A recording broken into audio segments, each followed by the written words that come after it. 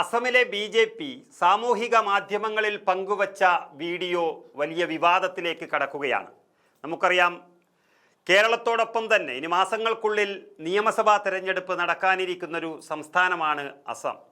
ഇന്ന് അസം ഭരിക്കുന്നത് ബി.ജെ.പി.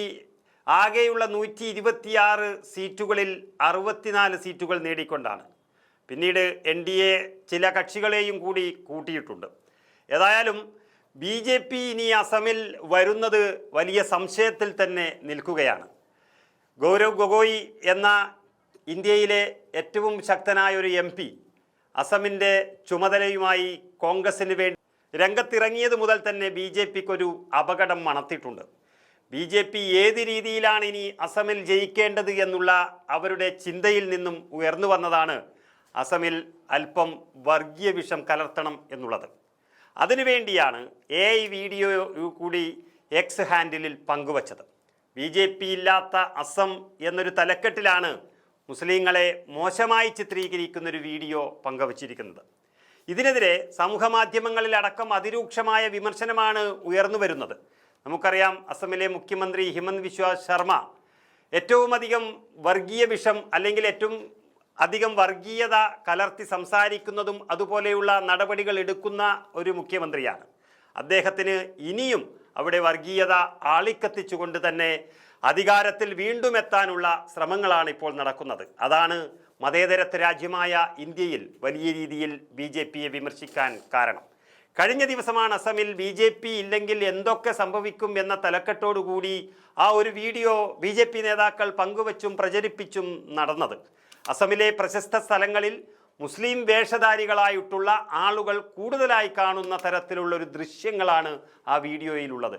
നമുക്കറിയാം, എന്ത് കൂടുതൽ എന്ന് പറഞ്ഞാലും ഈ രാജ്യത്ത് കൂടുതലായി കാണപ്പെടുന്നത് അല്ലെങ്കിൽ ഉള്ളത് ഹൈന്ദവ മതം തന്നെയാണ്, അല്ലെങ്കിൽ ഹിന്ദു മതം തന്നെയാണ്. പക്ഷേ ഇവിടെ മുസ്ലിങ്ങളാണ് കൂടുതൽ എന്നുള്ള തരത്തിൽ വീഡിയോ പങ്കുവെച്ചുകൊണ്ട് ഒരു വർഗീയത സൃഷ്ടിക്കാൻ വേണ്ടിയുള്ള ഗൂഢശ്രമമാണ് അസമിൽ നടന്നിരിക്കുന്നത്.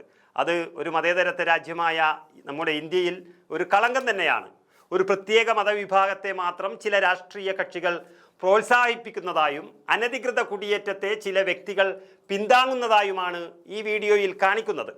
ഇത്തരം പ്രവൃത്തികൾക്കെതിരെ നിൽക്കുന്നത് ബി.ജെ.പി. മാത്രമാണ് എന്ന തരത്തിൽ സന്ദേശം നൽകുന്ന AI പ്രകാരമുണ്ടാക്കിയ വീഡിയോയാണ് സമൂഹ മാധ്യമങ്ങളിൽ പ്രചരിപ്പിക്കുന്നത്. ശരിക്കും പറഞ്ഞാൽ ആശയത്തെ ആശയം കൊണ്ട് നേരിടേണ്ടുന്ന ഒരു രാഷ്ട്രീയ മണ്ഡലത്തിൽ ഇങ്ങനെ തരം താണ വർഗീയ കാർഡുകൾ ഇറക്കുന്നത് ഒരിക്കലും ശരിയല്ല.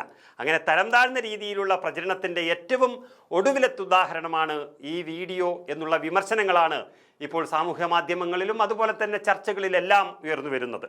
അസമിൽ തെരഞ്ഞെടുപ്പ് നടക്കാനിരിക്കെ വിവിധ തരത്തിലുള്ള ആരോപണങ്ങളുമായി നേരത്തെ തന്നെ ബി.ജെ.പി. നേതാക്കൾ രംഗത്ത് വരുന്നുണ്ട്.